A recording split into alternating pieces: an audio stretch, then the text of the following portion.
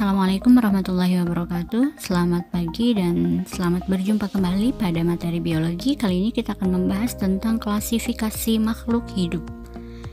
Nah, pada materi sebelumnya, yaitu materi keanekaragaman hayati, kita telah memahami bahwa terdapat begitu banyak makhluk hidup di bumi ini. Mempelajari makhluk hidup dengan jumlah yang sangat banyak itu tentu bukan hal yang mudah. Sehingga para ahli biologi berusaha melakukan penyederhanaan, misalnya dengan mengelompokkan makhluk hidup yang serupa dalam kelompok yang sama dan makhluk hidup yang berbeda pada kelompok lain yang terpisah. Penyederhanaan inilah yang disebut dengan klasifikasi.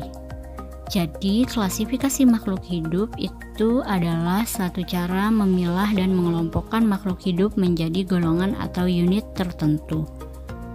Klasifikasi dilakukan dengan menempatkan bersama-sama kelompok makhluk hidup dalam satu kategori karena memiliki hal yang mirip satu sama lain dan menempatkan organisme pada kategori lain secara terpisah. Lalu apa tujuan dari klasifikasi? Tujuan klasifikasi adalah yang pertama menyederhanakan objek yang beraneka ragam. Yang kedua memudahkan pengenalan dari satu organisme atau spesies. Yang ketiga menyusun hubungan kekerabatan. Yang keempat menyederhanakan dalam mempelajari objek keanekaragaman hayati. Nah, klasifikasi sendiri tentu memiliki manfaat. Manfaatnya yang pertama untuk mengetahui kegunaan masing-masing jenis. Yang kedua mengetahui adanya saling ketergantungan. Yang ketiga mengetahui ciri dan sifat masing-masing jenis. Yang keempat mengetahui manfaat dari keanekaragaman hayati. Klasifikasi makhluk hidup itu memiliki tahapan. Tahapannya yang pertama adalah identifikasi. Proses ini meliputi proses pencanderaan ciri-ciri makhluk hidup. Biasanya identifikasi dilakukan dengan ciri-ciri yang tampak dan mudah diamati. Kemudian yang kedua adalah pengelompokan. Berdasarkan ciri-ciri yang dimiliki makhluk hidup saat identifikasi tadi, maka makhluk hidup dikelompokkan berdasarkan kesamaan ciri dan sifatnya. Yang ketiga adalah tahap pemberian nama takson. Makhluk hidup yang memiliki sedikit persamaan ciri biasanya dikelompokkan ke dalam tingkatan takson yang tinggi, sementara yang memiliki banyak persamaan dikelompokkan ke dalam tingkatan yang rendah. Dalam mengelompokkan makhluk hidup atau mengklasifikasikan makhluk hidup, tadi itu memiliki beberapa dasar. Yang pertama adalah berdasarkan persamaan. Jadi misalnya kita memperhatikan dua spesies yang berbeda. Jika kita memperhatikan spesies yang berbeda itu, maka bisa jadi keduanya memiliki persamaan atau memiliki perbedaan tadi ya. Misalnya persamaannya apa, perbedaannya apa. Nah, itu akan menjadikan kita mudah untuk mengelompokkan. Misalnya hewan ya, hewan A dan hewan B. Nah, hewan A ini masuk dalam kelompok yang mana, hewan B ini masuk dalam kelompok mana, itu bisa kita tentukan berdasarkan cirinya. Jika dilihat misalnya yang pertama tadi berdasarkan persamaan. Nah, yang kedua adalah berdasarkan perbedaan. Jadi spesies A tadi, kemudian ada spesies B. Apa saja perbedaan keduanya? Nah, kira-kira dengan perbedaan yang ada itu, apakah dua spesies itu dapat masuk dalam satu kelompok atau justru mereka adalah kelompok yang terpisah. Yang ketiga adalah berdasarkan manfaat. Jadi untuk klasifikasi berdasarkan hal ini itu dilihat dari kemanfaatan spesies tersebut. Misalnya dalam lingkup spesies yang kita amati misalnya ada 10 spesies. Dari 10 spesies itu dapat dibagi menjadi berapa kelompok berdasarkan manfaatnya. Ada yang manfaatnya satu misalnya, maka isinya misalnya itu terdiri atas spesies A, B, E. Kemudian manfaat yang kedua itu anggota kelompoknya ada spesies C misalnya, F dan seterusnya.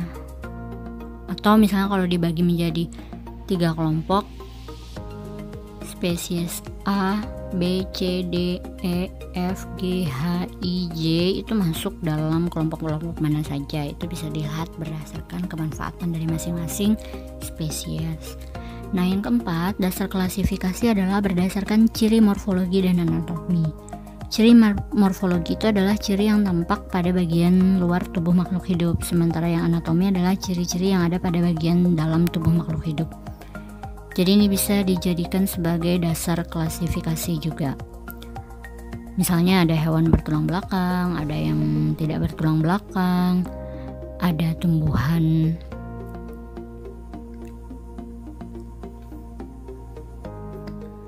tingkat tinggi, ada juga tumbuhan tingkat rendah.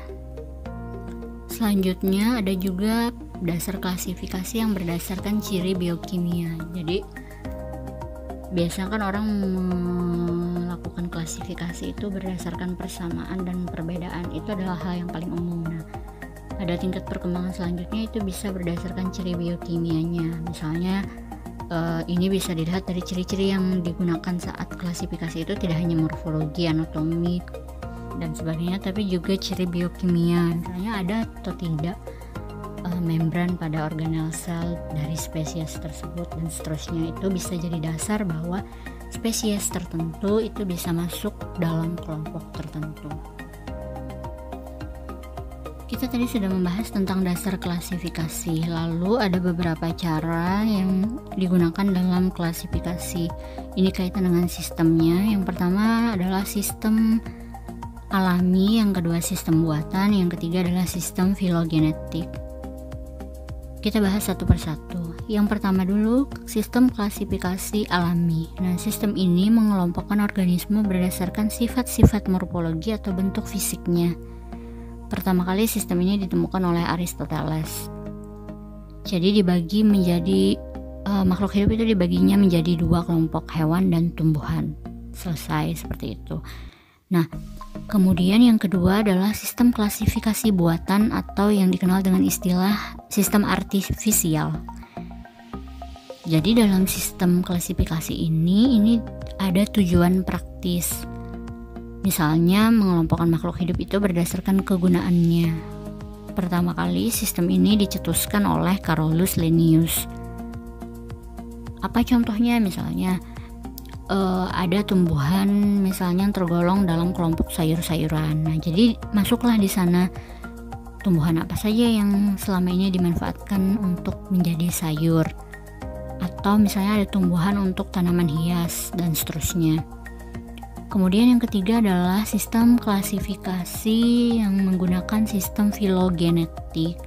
Sistem ini didasarkan pada hubungan kekerabatan antar organisme berdasarkan proses evolusinya.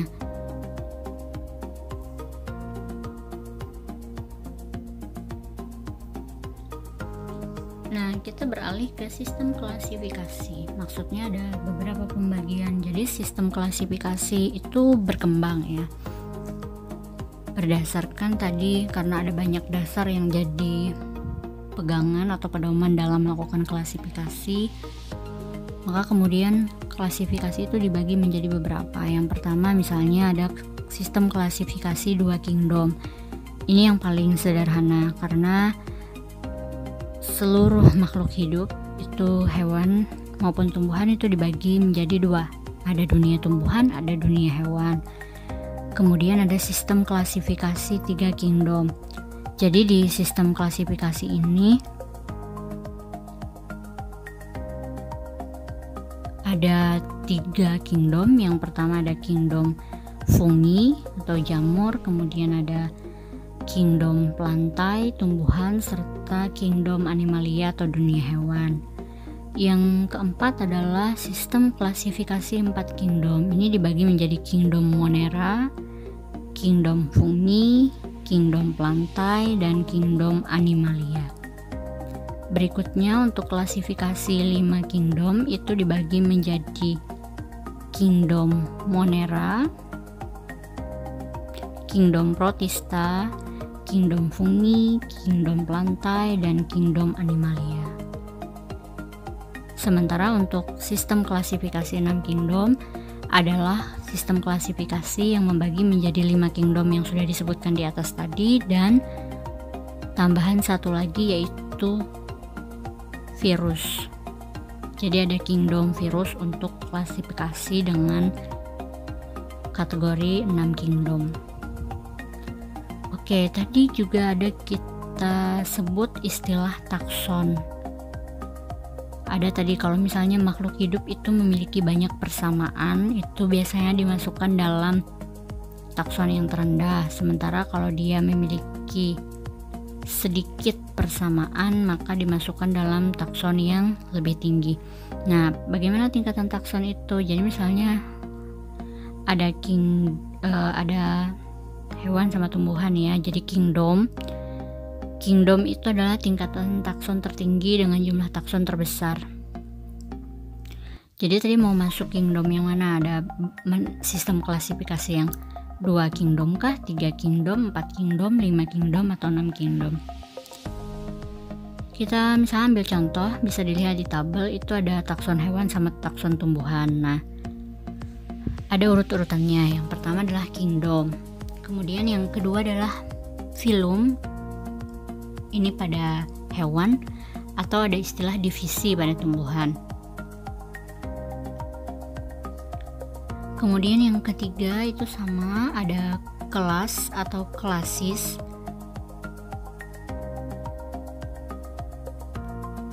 Ini anggota takson pada setiap filum atau divisi ini berdasarkan persamaan cirinya, jadi turun lagi menjadi kelas. Nama kelas tumbuhan menggunakan akhiran yang berbeda-beda, misalnya ada Opsida, Edoneae, kemudian Viceae, dan seterusnya. Ada banyak, nanti mungkin kita bisa lihat dari contoh spesies ya. Kemudian tingkatan takson yang keempat adalah ordo. Yang kelima famili. Yang selanjutnya keenam itu genus. Yang ketujuh itu adalah spesies. Nah, spesies ini adalah tingkatan takson paling dasar atau paling rendah. Anggota takson spesies ini memiliki persamaan ciri paling banyak karena tadi terendah ya, dan terdiri atas organisme yang jika melakukan perkawinan secara alamiah itu dapat menghasilkan keturunan yang fertil atau subur. Nama dari spesies ini nanti akan ada pengaturannya di binomial nomenklatur. Nah, yang perlu diketahui adalah bahwa kadang ada organisme yang dalam satu spesies itu masih ditemukan perbedaan ciri yang sangat jelas, sangat khusus atau bervariasi. Jadi semacam ada subspesies yang disebut dengan varietas. Istilah varietas ini digunakan dalam spesies tumbuhan, sedangkan pada spesies hewan biasanya digunakan istilah ras. Kita ke pembahasan terakhir berkaitan dengan binomial nomenklatur atau tata nama binomial. Pernah tidak misalnya gini, pergi ke suatu tempat, misalnya kita tahu tumbuhan itu namanya A. Lalu ketika jalan-jalan ke tempat teman, misalnya kita temukan tumbuhan A itu, tapi ternyata di tempat teman itu namanya bukan spesies A, melainkan spesies C misalnya sebutannya. Nah, padahal kita yakin bahwa itu spesies A. Nah, itu biasanya sering kan ya kita temukan. Itu adalah hal yang wajar karena memang ada perbedaan penyebutan spesies misalnya. Nah, untuk menyamakan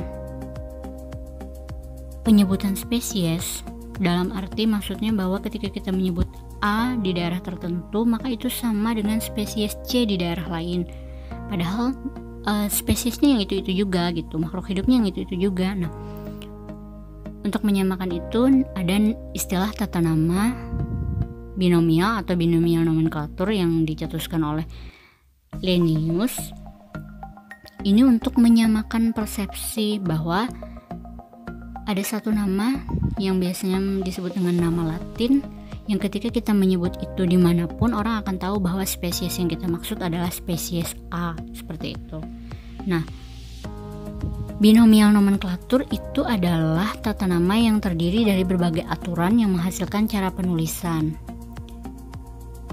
Penjelasannya seperti apa? Yang pertama misalnya bahwa nama di spesies berdasarkan tata nama binomial nomenklatur itu terdiri dari dua kata. Kata pertama itu menunjukkan tingkatan marga atau genus yang diawali dengan huruf kapital, dan kata kedua menggunakan tingkatan jenis atau spesies yang diawali dengan huruf kecil. Misalnya ada nama Latin Nasalis larvatus. Ada yang tahu Nasalis larvatus itu adalah nama Latin untuk spesies apa? Oke, silakan ditebak. Kemudian yang kedua, jika ditulis dengan huruf tegak, maka dua kata tadi Nasalis larvatus itu harus digarisbawahi. Tetapi jika tidak digarisbawahi, dua kata tersebut harus dicetak miring. Ya, bisa dilihat cara penulisannya di layar. Kemudian yang ketiga, yang terakhir, nama ilmiah itu ditulis lengkap apabila disebutkan pertama kali. Biasanya pada penyebutan selanjutnya itu cukup dengan mengambil huruf awal nama genus dan diberi titik lalu nama spesies secara lengkap. Misal tadi Nasalis larvatus berarti N titik larvatus, atau pernah ya mendengar nama bakteri misalnya E. coli, itu sebenarnya adalah E-nya itu singkatan dari Escherichia, jadi Escherichia coli, dan masih banyak nama spesies lainnya. Oke, demikian tadi pembahasan tentang klasifikasi makhluk hidup. Jadi intinya klasifikasi makhluk hidup itu adalah pengelompokan makhluk hidup. Tujuannya apa? Untuk memudahkan kita dalam mengenali makhluk hidup. Demikian, jumpa lagi pada kesempatan yang akan datang. Assalamualaikum warahmatullahi wabarakatuh.